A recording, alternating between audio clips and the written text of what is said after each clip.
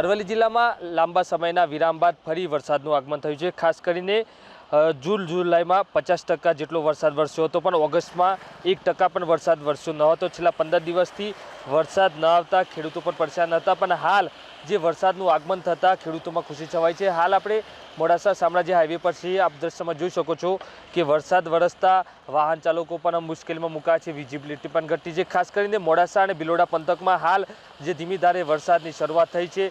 બિલોડાની વાત કરવામાં આવે તો બિલોડાના ગ્રામીણ પંથક ધોલવાણી સહિતના જે ગ્રામીણ પંથકોમાં હાલ ધીમી ધારે વરસાદ વરસી રહ્યો છે। બીજી તરફ યાત્રાધામ શામળાજીમાં પણ ધીમી ધારે વરસાદ યથાવત છે।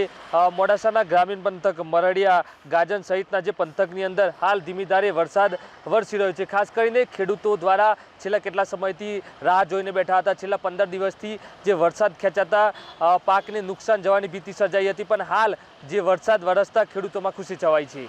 દેવાંગ ચૌધરી, એબીપી અસ્મિતા, અરવલ્લી। તો મોડાસા શામળાજી હાઈવે પર ધોધમાર વરસાદ છે। દ્રશ્યો તમે જોયા, વિઝિબિલિટી પણ ઓછી થઈ ગઈ છે, જેના કારણે વાહન ચાલકોને પણ થોડી તકલીફ પડી રહી છે, કારણ કે વિઝિબિલિટી ઓછી થવાના કારણે આગળ શું થઈ રહ્યું છે એ જલ્દી જજમેન્ટ નથી આવતું। એના કારણે વાહન ચાલકો પણ થોડા હેરાન થઈ રહ્યા છે। લાંબા વિરામ બાદ અરવલ્લીમાં પણ વરસાદી માહોલ જામ્યો છે।